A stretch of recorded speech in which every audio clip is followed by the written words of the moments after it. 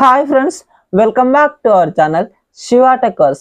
India మార్కెట్లో Google నుంచి Google Pixel 10a phone launch అయింది. ఇప్పుడు మనం ఈ వీడియోలో ఆ ఫోన్కు సంబంధించిన కంప్లీట్ స్పెసిఫికేషన్స్ అండ్ రివ్యూ గురించి మాట్లాడుకుందాం.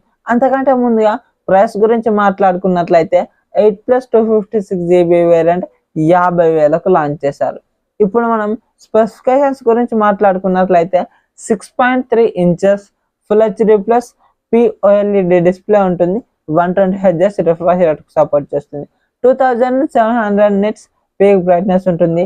HDRకు సపోర్ట్ చేస్తుంది. దీనికి front Corning Gorilla Glass 7i ప్రొటెక్షన్తో వస్తుంది. ఈ ఫోన్లో టెన్సార్ G4 ప్రాసెసర్ ఉంటుంది. దీనికి 3.1 GHz క్లాక్ స్పీడ్ ఉంటుంది. LPDDR5X RAM UFS 3.1కు సంబంధించినటువంటి స్టోరేజ్ వేరియంట్ ఉంటుంది. అలాగే ఇందులో 48 మెగాపిక్సెల్ మెయిన్ కెమెరా ఉంటుంది. ఇది సోనీ IMX787. దీనికి ఆప్టికల్ ఇమేజ్ స్టెబిలైజేషన్ ఉంటుంది. 13 megapixel ultra wide angle camera ఉంటుంది. ఫ్రంట్ కూడా 13 మెగాపిక్సెల్ సెల్ఫీ కెమెరా ఉంటుంది. దీంట్లో బోత్ రేర్ అండ్ ఫ్రంట్ 4Kలో వీడియోస్ రికార్డ్ చేసుకోవచ్చు.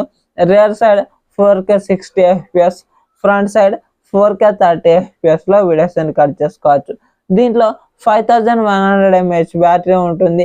45 watts ఫాస్ట్ ఛార్జింగ్ సపోర్ట్ చేస్తుంది. 7.5 watt వైర్లెస్ ఛార్జింగ్ సపోర్ట్ చేస్తుంది. ఇందులో Android 16 out of the box వస్తుంది. 7+7 years అప్డేట్స్ ఇస్తామన్నట్లు చెప్తున్నారు. అలాగే స్టీరియో స్పీకర్స్ ఉంటాయి. Wi-Fi 6E, Bluetooth 6.0 టెక్నాలజీకి సపోర్ట్ చేస్తుంది. Optical in display finger print censor ఉంటుంది.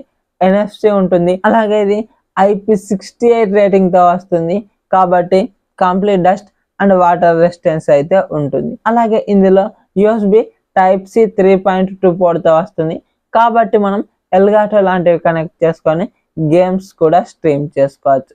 ఇప్పుడు మనం ఈ ఫోన్ని లాంచ్ చేసిన బడ్జెట్లో కొనుక్కోవచ్చా లేదా అన్న దాని గురించి మాట్లాడుకున్నట్లయితే ఈ టెన్సార్ G4 ప్రాసెసర్ అనేది అంత పవర్ఫుల్ అయితే ఏం కాదు.